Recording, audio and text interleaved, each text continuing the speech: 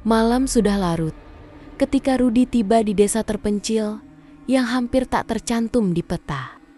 Udara di sana terasa lebih dingin dari biasanya. Seolah-olah ada sesuatu yang menghisap kehangatan dari tubuhnya. Rudi datang dengan satu tujuan, mencari jalan pintas, menuju kekayaan melalui pesugihan. Ia telah mendengar bisikan-bisikan tentang sebuah rumah tua di tengah hutan desa yang bisa memberikan apapun yang diinginkan manusia, asalkan mereka berani membayar harganya.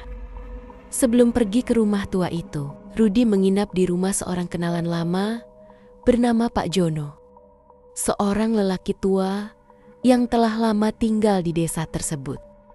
Begitu melihat Rudi, ekspresi Pak Jono berubah menjadi khawatir. "Aku tahu apa yang kau cari, Rudi," kata Pak Jono dengan suara serak. "Kembalilah sebelum terlambat. Rumah itu bukan tempat yang bisa kau permainkan. Banyak yang datang ke sana dan tak satu pun kembali dengan selamat." Namun, ambisi telah mengaburkan rasa takut. Rudi, ia hanya tersenyum tipis dan mengabaikan peringatan itu. Esok malam, ia pun melangkahkan kaki menuju rumah tua yang menjadi tujuan akhirnya. Rumah tua itu berdiri di tengah hutan yang sunyi, dengan pepohonan besar yang seolah melindunginya dari dunia luar.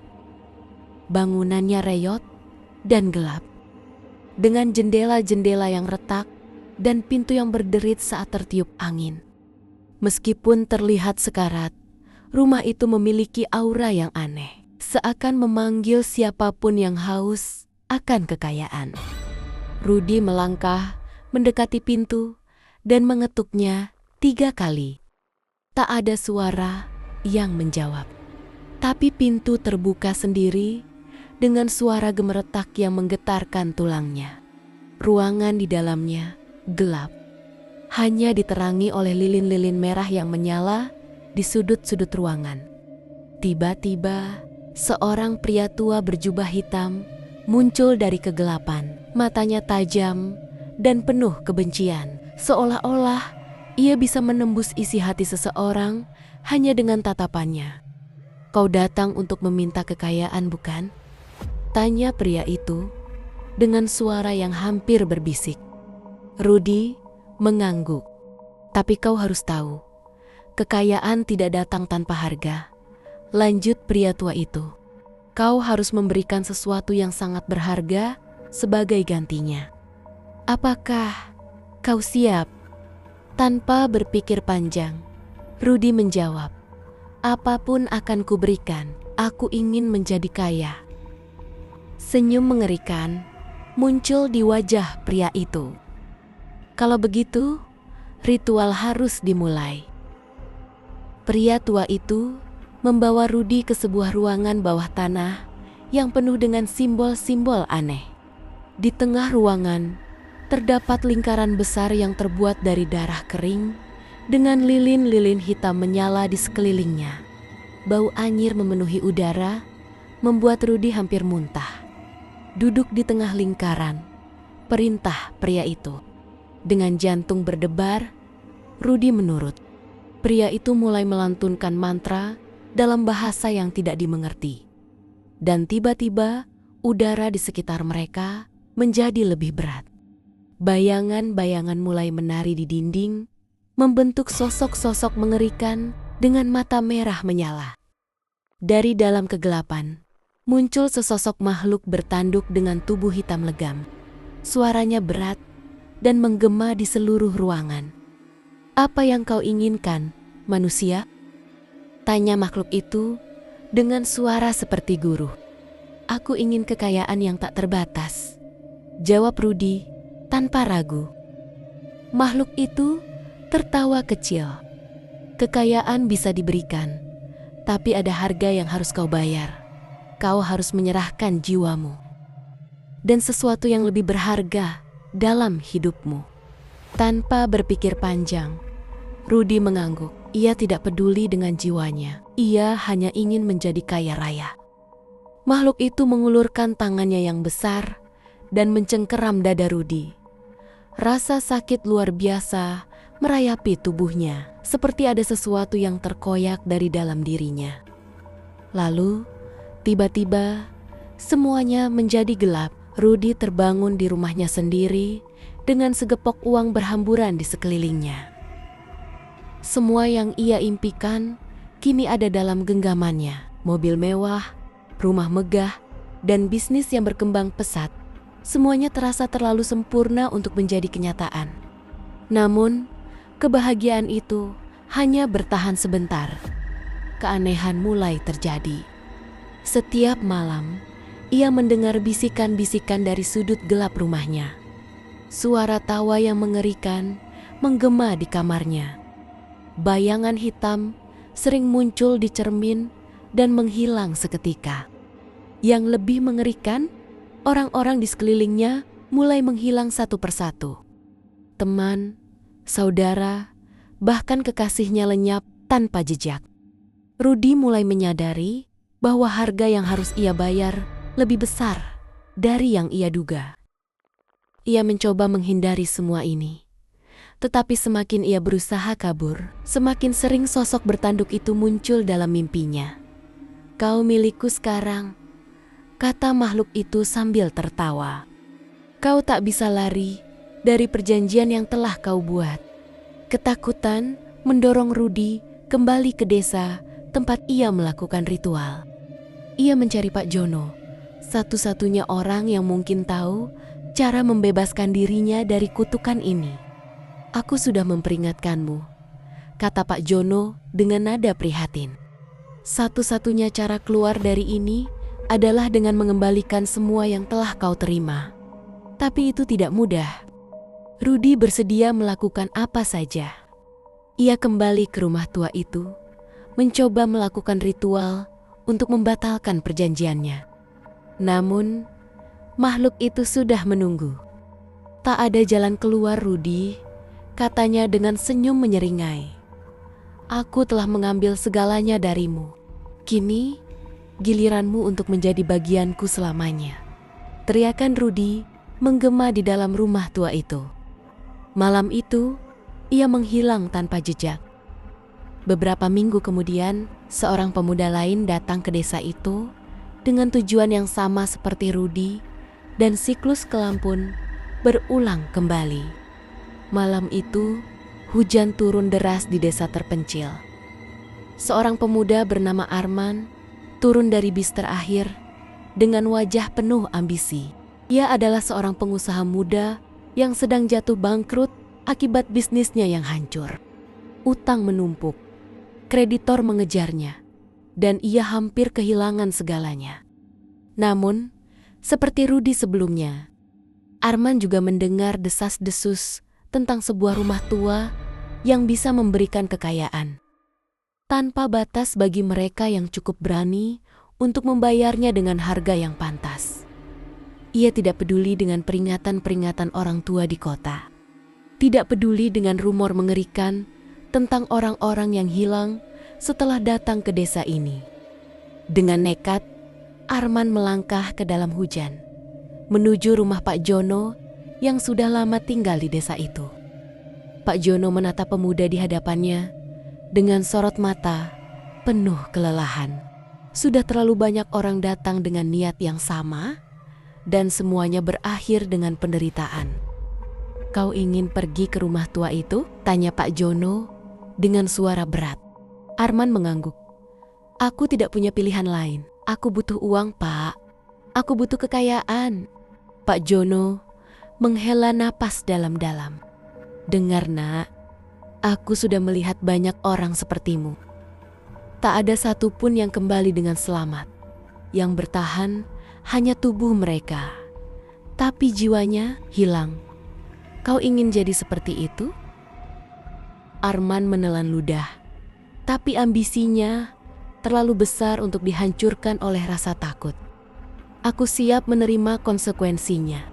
Pak Jono menatapnya dalam-dalam, lalu akhirnya menggeleng. "Kalau begitu, setidaknya aku harus memberitahumu sesuatu.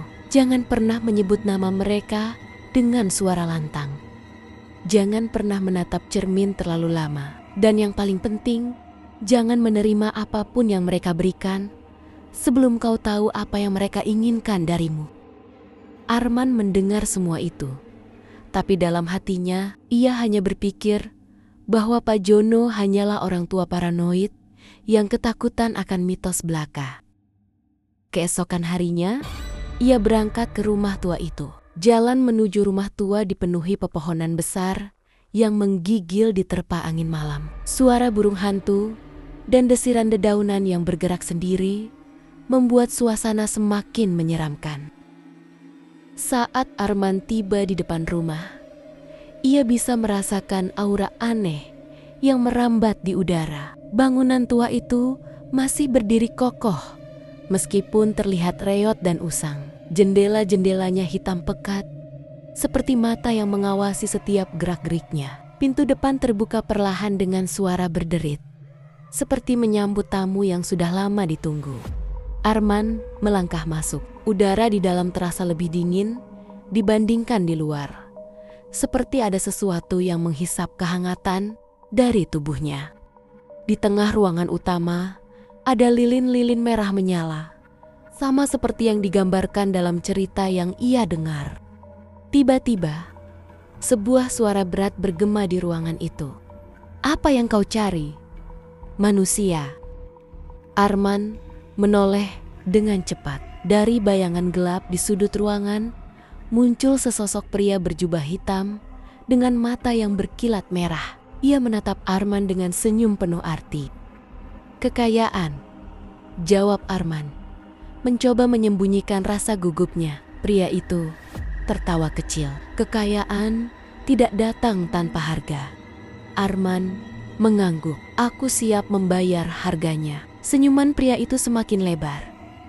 "Bagus, mari kita mulai." Pria berjubah hitam itu membawa Arman ke ruang bawah tanah yang penuh dengan simbol-simbol aneh. Di tengah ruangan, ada lingkaran yang terbuat dari darah kering, mirip dengan yang digunakan Rudy sebelumnya. Namun, kali ini ada sesuatu yang berbeda. Di salah satu sudut ruangan, ada sosok yang terikat dengan rantai besi. Matanya kosong, kulitnya pucat, dan bibirnya bergerak-gerak seperti berusaha berbicara. Tapi tak ada suara yang keluar. Arman menahan napas. "Siapa dia?" Pria berjubah hitam itu tersenyum. "Dia adalah yang datang sebelum dirimu. Seorang pria yang terlalu serakah dan tidak mau membayar harga sebenarnya." Arman merinding. Ia mulai merasa ada sesuatu yang sangat salah di sini. "Apa harga yang harus kubayar?" tanyanya dengan suara yang mulai bergetar. Dari kegelapan, terdengar suara yang lebih berat, lebih dalam, dan lebih mengerikan dari sebelumnya. Bayangan hitam mulai berkumpul di tengah ruangan, membentuk sosok bertanduk yang lebih besar dari yang pernah dibayangkan Arman. "Kau akan mendapatkan kekayaan yang kau inginkan," kata sosok itu. "Tapi sebagai gantinya, kau harus menyerahkan sesuatu yang paling berharga dalam hidupmu." Arman menatap makhluk itu dengan bingung. "Apa maksudmu? Apa yang harus kuserahkan?" Makhluk itu tersenyum. "Hatimu." Tiba-tiba, rasa sakit luar biasa menjalar dari dadanya. Arman menjerit, merasakan sesuatu yang tak kasat mata menembus tubuhnya, mencengkeram jantungnya dengan erat. Ia bisa merasakan hidupnya perlahan ditarik, seperti ada sesuatu yang sedang menghisap esensi keberadaannya. Namun, di tengah penderitaan itu, ia teringat satu hal peringatan Pak Jono. Jangan menerima apapun sebelum tahu harga yang harus dibayar. Dengan sisa kekuatannya, Arman menggigit lidahnya hingga berdarah dan meludah ke lantai.